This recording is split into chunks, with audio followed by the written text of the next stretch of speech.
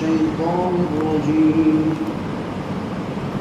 بسم الله الرحمن الرحيم ومنهم أميون لا يعلمون الكتاب إلا أماني وإن هم إلا يظنون فويل للذين يكتبون الكتاب بأيديهم ثم يقولون هذا من عند الله ليشتروا به ثمنا قليلا فويل لهم مما كتبت أيديهم وويل لهم مما يكسبون.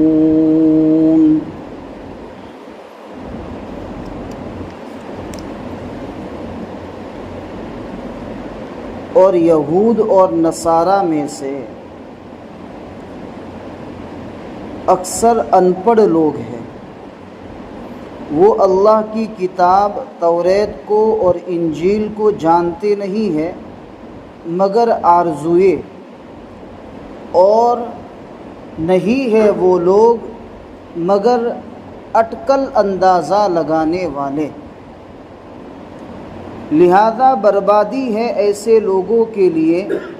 جو اللہ کی کتاب کو اپنے ہاتھوں سے لکھتے ہیں، پھر وہ یوں کہتے ہیں کہ یہ اللہ کی طرف سے ہے تاکہ اس کے ذریعے سے وہ تھوڑا سا پیسہ، اس کے بدلے میں تھوڑا سا پیسہ وہ لے۔ بربادی ہے ان کے لیے اس چیز سے جو ان کے ہاتھوں نے لکھا، اور بربادی ہے ان کے لیے جو کماتے ہیں، یعنی بطور رشوت کے جو حاصل کرتے ہیں، یہ ان کے لیے بربادی ہے۔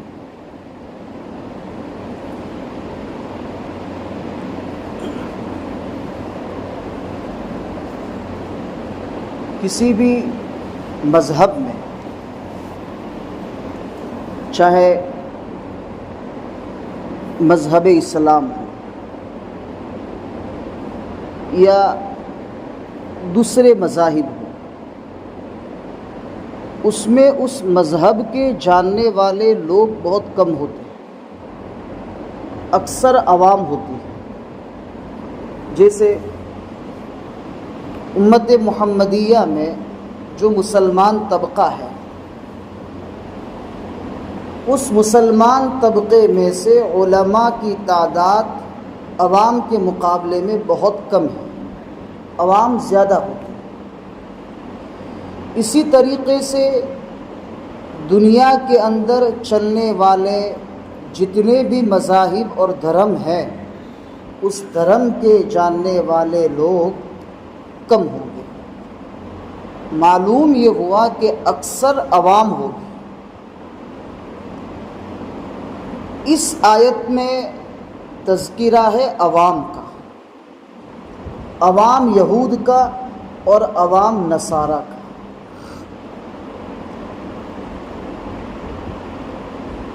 پہلے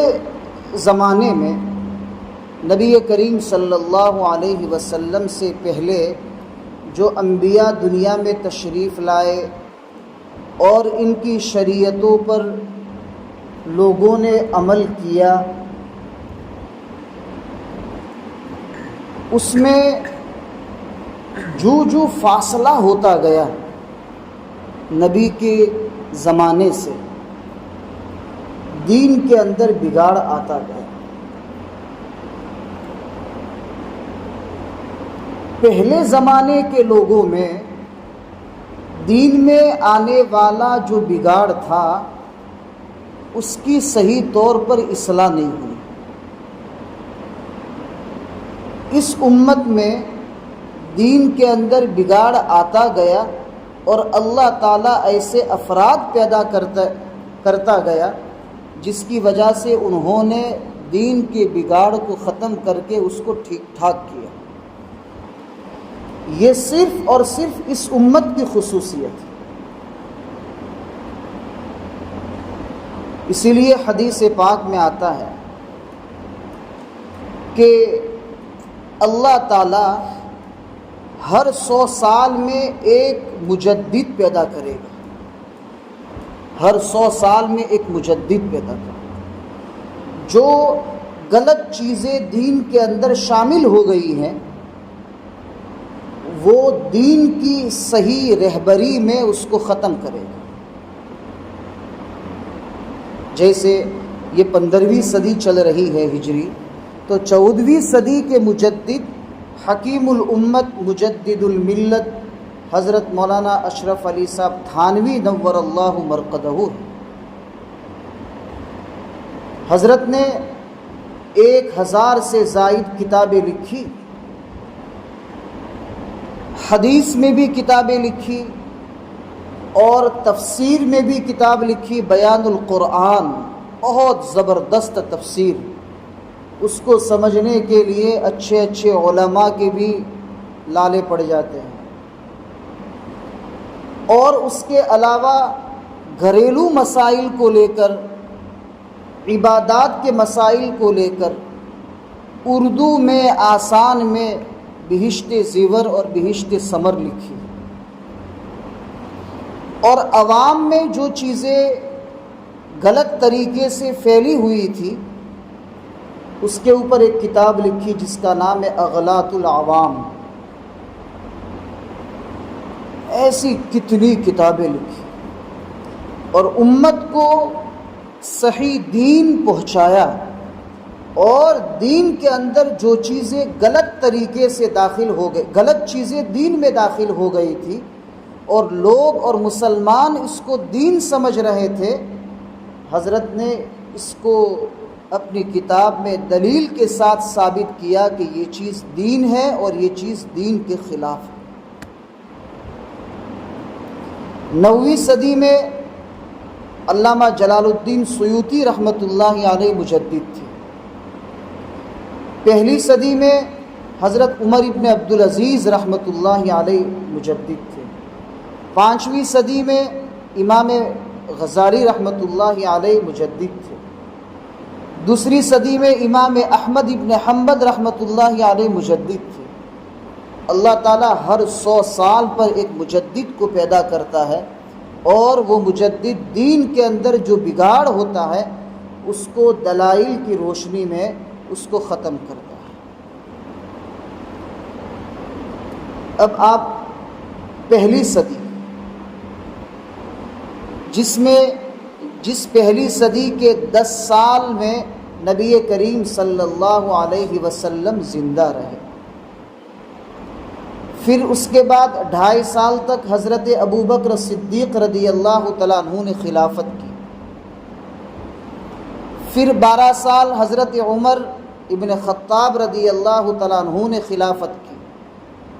پھر 10 سال حضرت عثمان ابن عفان رضی اللہ تعالیٰ عنہ نے خلافت کی، پھر 4.5 سال حضرت علی رضی اللہ تعالیٰ عنہ نے خلافت کی، اور 6 مہینے حضرت حسن رضی اللہ تعالیٰ عنہ نے خلافت کی، اور پھر اس کے بعد حضرت امیر معاویہ رضی اللہ تعالیٰ عنہ باقاعدہ خلیفہ نامزد کیے گئے۔ تب تک تو ٹھیک ٹھاک تھا، بلکہ حضرت امیر معاویہ رضی اللہ تعالیٰ عنہ اور حضرت علی رضی اللہ تعالیٰ عنہ کے درمیان میں ایک جنگ ہو گئی تھی جس کا نام ہے جنگ صفین۔ اس وقت جو ہے غلط فرقے وجود میں آئے، یہ جو شیعہ لوگ ہیں نا، رافضی، یہ اس وقت وجود میں آئے، اور انہوں نے حضرت علی رضی اللہ تعالیٰ عنہ کو اتنا بڑا بنا لیا کہ حضرت علی کا مرتبہ ان کے نزدیک اللہ سے بڑھ کر تھا، اور ایک دوسرا فرقہ وجود میں آیا جس کا نام تھا خارجیہ،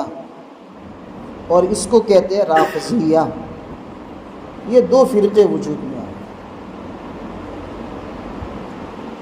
اب یہ 1 صدی کی بات کرتا ہوں، بگاڑ 40-30 سال کے بعد جو ہے نا بگاڑ شروع ہو گیا دین کے اندر، غلط چیزیں۔ اب یہ جو فرقہ تھا، رافضیہ کہو، خارجیہ کہو، جو دین اسلام سے ہٹا ہوا تھا، لیکن وہ یہ سمجھتا تھا کہ ہم سچے اور پکے مسلمان ہیں، اب انہوں نے اسلام سے وہ ہٹے ہوئے تھے، اب انہوں نے غلط طریقے کے مسائل پیدا کرنے شروع کر دیے۔ یہ سن ہجری 38 کی بات کرتا ہوں، اور عمر ابن عبدالعزیز رحمۃ اللہ علیہ کی وفات تقریباً سن ہجری 100 میں۔ اس کے بعد حضرت امیر معاویہ رضی اللہ تعالیٰ عنہ، پھر اس کے بعد خلافت بنو امیہ میں ان کے لڑکے یزید، پھر اس کے بعد مروان، پھر اس کے بعد عبد الملک، پھر ہشام، ولید، سلیمان، اور پھر عمر ابن عبدالعزیز رحمہ اللہ۔ اس وقت حال کیا تھا دنیا کا؟ کوفہ کے اندر بڑے بڑے علماء کی ایک ٹکڑی تھی جو حدیثیں گڑھا کرتی تھی، اپنی طرف سے بناتی تھی، اپنی طرف سے۔ یہ پہلی صدی کی بات کرتا ہوں، جبکہ اللہ تعالیٰ نے اس امت کو سنبھالا ہے اور سنبھالنے کا وعدہ کیا ہے، دین کو صحیح معنوں میں باقی رکھنے کا اللہ نے وعدہ کیا ہے۔ قرآن کی حفاظت کی ذمہ داری، احادیث مبارکہ کے قرآن یعنی اس کی حفاظت کی ذمہ داری اللہ نے خود لے رکھی ہے، پھر بھی یہ بگاڑ ہے۔ جب دیکھا گیا، مارکیٹ میں دیکھا کہ احادیث نبی کریم صلی اللہ علیہ وسلم کی طرف منسوب کر کے لوگ بیان تو کرتے ہیں، لیکن بڑے بڑے جو محدث تھے وہ کہتے ہیں کہ یہ حدیث تو ہم نے کسی سے نہیں سنی، یہ کہاں سے لائے؟ تو عمر ابن عبدالعزیز رحمۃ اللہ علیہ نے اس وقت کے بہت بڑے محدث تھے، محمد ابن شہاب الزہری رحمۃ اللہ علیہ، ان کو بلایا، کہا کہ دیکھو کتنی حدیثیں من گڑت بازار میں آنے لگی ہے، کہیں ایسا نہ ہو کہ لوگ غلط حدیثوں پر اعتماد اور بھروسہ کر کے اس کو دین سمجھ لے اور اصل جو دین ہے وہ ختم ہو جائے۔ تو محمد ابن شہاب الزہری رحمۃ اللہ علیہ، سفیان ثوری رحمۃ اللہ علیہ، امام اوزاعی رحمۃ اللہ علیہ، یہ سب چوٹی کے اس وقت کے محدث تھے، سب بیٹھے، اور جتنی بھی حدیثیں آئی انہوں نے اصول بنائے اس کے اوپر کہ یہ حدیث تم نے کس سے سنی، اس نے کس سے سنی، اس نے کس سے سنی، اور اس نے کس سے سنی، اور اس طریقے سے نبی کریم صلی اللہ علیہ وسلم تک سند پہنچنی چاہیے، اور ہر ایک کی تحقیق کہ انہوں نے اس سے سنی تو وہ آدمی مارکیٹ میں کیسا ہے، اس کا مارکیٹ میں ویلیو کیسا ہے، حتیٰ کہ ان کے گھروں پر جا کر یہ محدثین کی یہ جماعت ان کے گھروں پر جا کر اتنی تحقیق کیا کرتی تھی کہ لوگ یہ کہتے تھے کہ کیا آپ کو اس گھر میں لڑکی دینی ہے یا اس گھر سے آپ کو لڑکی لینی ہے، اتنی تحقیق کرتے تھے۔ اور سنت کے خلاف کام کرنے والے کی حدیث قبول نہیں کی جاتی تھی۔ بازاروں میں کھڑے ہو کر کھانے والے اور کھڑے ہو کر پانی پینے والے، وضو میں اکثر مسواک کو چھوڑ دینے والے، ایسے محدث کی روایت اور حدیث قبول نہیں کی جاتی تھی۔ جس کو نبی کریم صلی اللہ علیہ وسلم کی سنت کا اتنا بھی لحاظ نہیں ہے، وہ نبی کریم صلی اللہ علیہ وسلم کی سنت کو کیا صحیح طریقے سے لوگوں کے سامنے بیان کرے۔ اتنی اہمیت کسی اور مذہب میں نہیں تھی۔ پھر محمد ابن شہاب الزہری رحمۃ اللہ علیہ نے رات دن ایک کر دیا، اور ایک بڑا کمرہ، اس کے اندر پوری کتاب حدیث کی سب بھری ہوئی،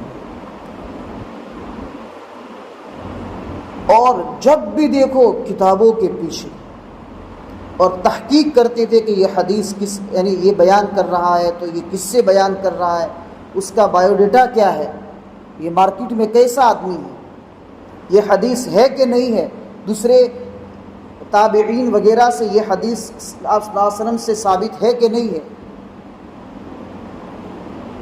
وہ اتنے کتابوں میں مشغول ہو گئے کہ ان کی بیوی نے ایک جملہ کہا جو تاریخ میں مشہور ہو گیا۔ وہ جملہ یہ تھا کہ ان هذه الكتب اشد علی من 3 ضرائر، اگر میرے شوہر کی میرے علاوہ دوسری 3 سوکنیں ہوتی تو شاید مجھے تھوڑا بھی وقت ملتا، لیکن یہ کتابیں تو میرے لیے میری 3 سوکنوں سے بھی زیادہ بھاری ہیں، یہ کتابیں میرے لیے میری 3 سوکنوں سے بھی زیادہ بھاری ہیں۔ اب انداز لگائیے کہ اللہ نے اس امت میں کیسے افراد پیدا کیے تھے۔ اور محمد ابن شہاب الزہری رحمۃ اللہ علیہ کا جب انتقال ہوا تو ان کی بیوی غصے ہو کر اس نے تمام کتابیں حوض میں ڈال دی، تو اتنی کتابیں تھیں کہ حوض کا پورا پانی کالا ہو گیا، حوض کا پورا پانی کالا، اس لیے کہ سیاہی صحیح کالی سیاہی سے اس کو لکھا جاتا تھا۔ اس زمانے میں پرنٹ نہیں تھی، ہاتھوں سے لکھتے تھے، اتنی کتابیں تھیں۔ پھر اس کے بعد اللہ تعالیٰ نے جو افراد پیدا کیے، امام ابو حنیفہ رحمۃ اللہ علیہ آئے، پھر اس کے بعد امام شافعی رحمۃ اللہ علیہ آئے، عبداللہ ابن مبارک رحمۃ اللہ علیہ آئے، قاضی القضات امام ابو یوسف رحمۃ اللہ علیہ آئے، امام محمد ابن حسن الشیبانی رحمۃ اللہ علیہ آئے، اور ایسے ایسے افراد اللہ تعالیٰ نے پیدا کیے حدیث کے حفاظت کے لیے اور قرآن کی حفاظت کے لیے،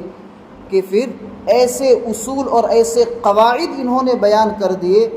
کہ پھر دنیا کی باطل طاقتیں ہمیشہ کے لیے دب گئی، ورنہ اس دین کو مٹانے کے لیے باطل طاقتوں نے شروع زمانے میں کوئی کم محنت نہیں کی۔ اب جس امت کے دین کی حفاظت کی اللہ نے ذمہ داری لی ہے اور پھر بھی یہ حال ہے، تو بھلا یہود کے جو دین یہود کو دیا گیا ہے، جبکہ ان کے علماء خود بک گئے ہیں مالداروں کے ہاتھوں میں، ان کا دین محفوظ رہ سکتا ہے؟ اب انہوں نے عوام کو کیا پٹی پڑھائی کہ دیکھو توریت میں ایسا لکھا ہوا ہے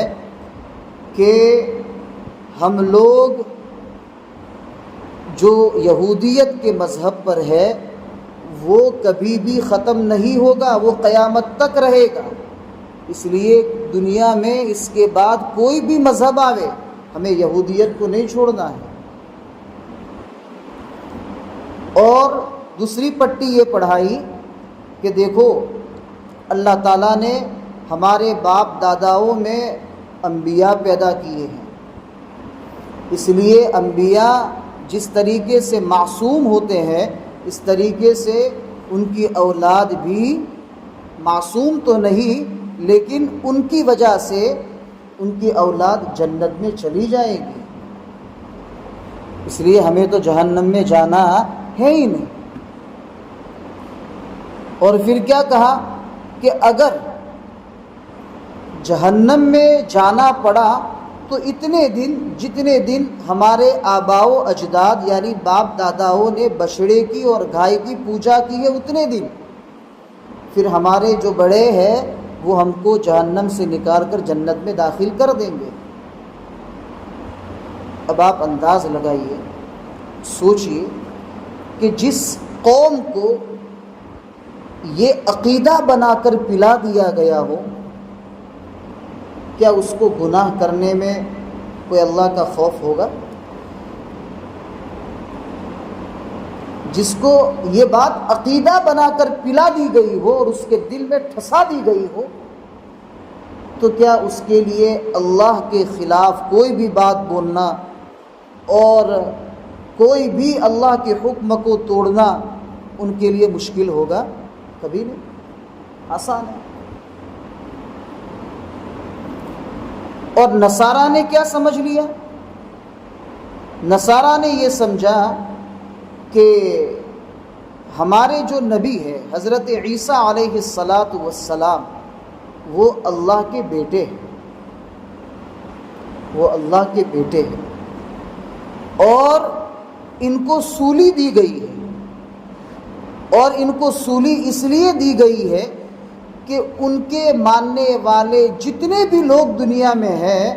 وہ کوئی بھی گناہ کرے وہ سولی ان کے گناہوں کا کفارہ بن جائے گی، اس لیے سولی تو دے دی گئی،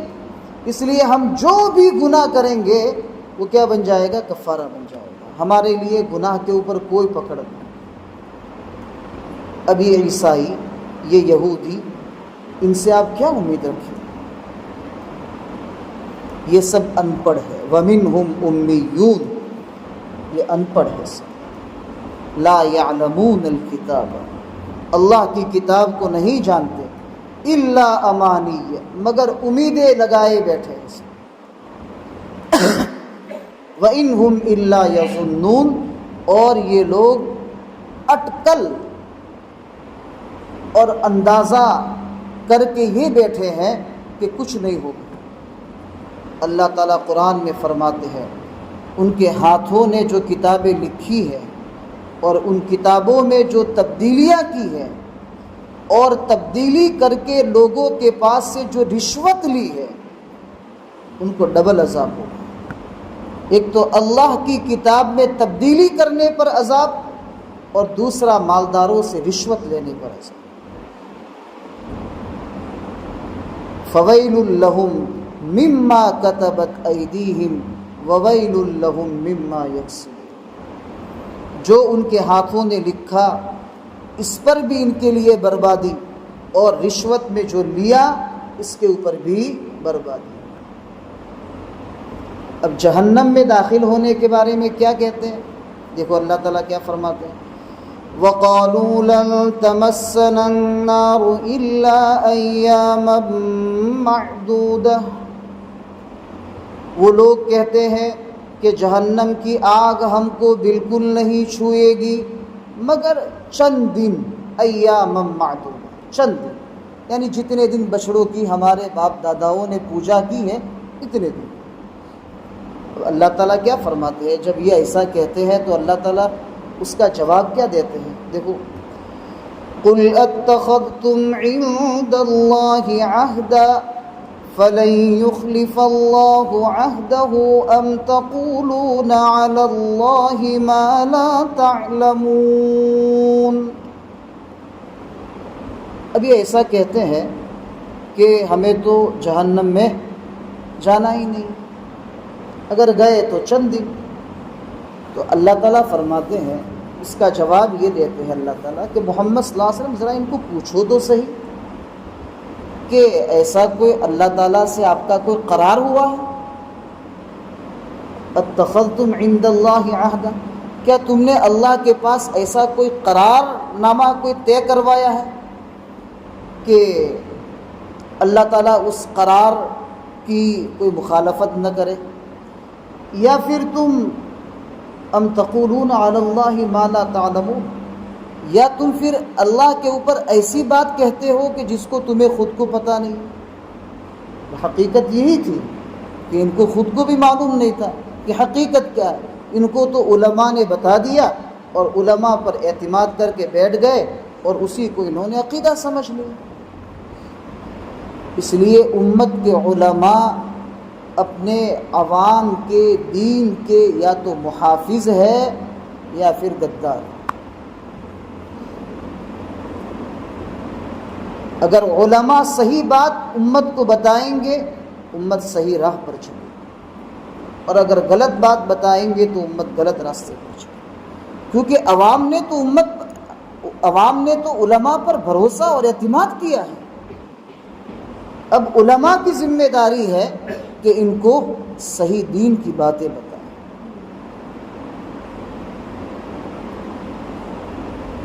ہارون رشید کے زمانے میں اچانک دماغ میں واقع آ گیا، ہارون رشید کے زمانے میں سال میں ایک مرتبہ ہارون رشید کے دربار میں مناظرہ ہوتا تھا، اور مناظرے میں ایک مسلمان عالم امت محمدیہ کا، ایک یہودی عالم، ایک عیسائی عالم، اور دوسرے اس وقت جو مذہب تھے اور وہ اپنے آپ کو مسلمان سمجھتے تھے، ان کے علماء جمع ہوتے تھے، اور وہ لوگ ہارون رشید کے دربار میں بڑے بڑے محدثین کی حاضری میں یہ لوگ مناظرہ کرتے تھے۔ اس میں ایک یہودی عالم آیا تھا، اور اس نے مذہب یہودیت کو اس انداز سے پیش کیا اور اس کے اوپر ایسی دلائل دیے کہ بڑے بڑے علماء اس کی فراست اور اس کے علم پر تعجب کرنے لگے کہ یہ اتنی زبردست دلیلیں بیان کرتا ہے مذہب یہودیت کی حقانیت پر اور اس کے سچ ہونے پر، اگر عوام کے سامنے اگر اس طریقے سے دلائل پیش کرے تو عوام تو بہک جائے گی۔ یہ تو خیر ہم علماء ہیں، محدثین اور مفسرین کی جماعت یہاں موجود ہے، تو علماء نے اس کا توڑ پیش کیا مذہب یہودیت کا اور اس کو شکست دے دی، لیکن وہ مجمع پر چھا گیا۔ دوسرے سال پھر سے مناظرہ طے ہوا ہارون رشید کے دربار میں، تو یہی جو گزشتہ سال یہودیت کی طرف سے مناظرہ کرنے کے لیے آیا تھا، وہ مسلمان کی طرف سے مناظرہ کرنے کے لیے کھڑا ہوا، کہا کہ مذہب اسلام کی طرف سے میں مناظرہ کروں۔ تو ہارون رشید نے پوچھا، کہا کہ بھئی ایک سال پہلے تو تم یہود کی طرف سے مناظر بن کے مناظرہ کر رہے تھے، اور ایک سال کے بعد تم مسلمان کی طرف سے مناظر بن کے مناظرہ کر رہے ہو، یہ کیا بات ہے؟ تو کہا کہ اس کی وجہ ہے کہ میں پہلے یہودی تھا اور میں مذہب یہودیت پر قائم تھا، اور یہودیت مذہب کو میں سچا مانتا تھا، لیکن میں نے سوچا کہ ذرا میں بازار میں ایک توریت کو لکھوں اپنے ہاتھ سے اور بیچوں، ایک انجیل کو لکھوں اپنے ہاتھ سے اور بیچوں، اور ایک قرآن لکھوں اور اس کو بیچوں، اور تینوں کتابوں میں تبدیلی کر دوں، بدل دوں۔ تو میں نے توریت کو لکھا، انجیل کو لکھا، قرآن کریم کو اپنے ہاتھوں سے لکھا، اور تینوں کتابوں میں نے تبدیلیاں کر دی، آیتیں ادھر سے ادھر کر دی، کسی آیت میں سے کوئی تھوڑا کم کر دیا، کسی آیت میں اپنی طرف سے بڑھا دیا۔ تو میں نے توریت جب رکھی تو ایک یہودی آیا اور اس نے توریت اپنے ہاتھ میں لی اور اس کو بوسہ دیا، اور میں نے اس کی جو قیمت بتائی اس سے زیادہ دیا۔ پھر ایک عیسائی آیا اور اس نے مجھ سے انجیل کو خریدا، اور اس نے کچھ دیکھا نہیں، کہا کہ بھئی مذہب کی کتاب ہے، اس نے لیا، بوسہ دیا اور قیمت دی اور پھر چلا گیا۔ قرآن دیکھ کر ایک مسلمان آیا خریدنے کے لیے، تو اس نے قرآن ہاتھ میں لیا اور پھر ادھر ادھر صفحے وغیرہ سب دیکھے اور پھر کہا کہ نیچے. تو مجھے اس وقت یقین ہو گیا کہ جس طریقے سے قرآن میں تبدیلی نہیں ہو سکتی اور ایک عام مسلمان بھی اس تبدیلی کو سمجھ لیتا ہے، اور توریت اور انجیل میں جتنی بھی تبدیلیاں کرو علماء عوام کچھ نہیں سمجھتے اور اس کو خرید لیتے ہیں اور اسی کو اپنا دین اور مذہب سمجھتے ہیں، تو تبدیل کی ہوئی کتابیں کیسے مذہب کی ترجمانی کر سکتی ہیں؟ اس لیے مجھے یقین ہو گیا کہ آسمان کے سائبان کے نیچے اور زمین کی سطح پر اگر کوئی آسمانی کتاب محفوظ ہے تو قرآن کریم ہے، اور قرآن کریم کے ماننے والے جو مسلمان ہیں ان کا دین بھی محفوظ ہے. تو یہ یہودیت اور یہ عیسائیت کا یہ حال ہے. اللہ تعالیٰ نے اصول بیان کر دیا ہے، بلا من کسب سیئہ، کیوں نہیں بھائی، جو برا کام کرے گا اور برائیاں اس کو گھیر لے گی تو وہ جہنم والے ہیں، اس میں ہمیشہ ہمیشہ رہیں گے. والذین آمنوا وعملوا الصالحات، اور جو ایمان والے ہیں اور اعمال صالحہ کرتے ہیں، اولئک اصحاب الجنہ، وہ تو جنت والے ہیں، ہم فیہا خالدون، وہ اس میں ہمیشہ ہمیشہ رہیں گے. اللہ تعالی ہمیں بھی جنت الفردوس میں ہمیشہ ہمیشہ رکھے. دخول اولی عطا فرمائے، دخول اولی مانگنا چاہیے. تھوڑے دن کے لیے بھی جہنم کی آگ کو برداشت نہیں کر سکتے. اللہ تعالیٰ دنیا سے جب اٹھائے تو تمام حقوق اللہ اپنے حقوق سے بھی اور بندوں کے حقوق سے پاک صاف کر کے لے جائے اور قرآن کریم سے عشق اور محبت عطا فرمائے. ایک حدیث ہے، اخیر میں حدیث سنا دو، کہ جس جگہ پر قرآن کریم پڑھا جاتا ہے یا قرآن کریم کی تفسیر بیان کی جاتی ہے اور اس کو سمجھنے والا طبقہ موجود ہوتا ہے،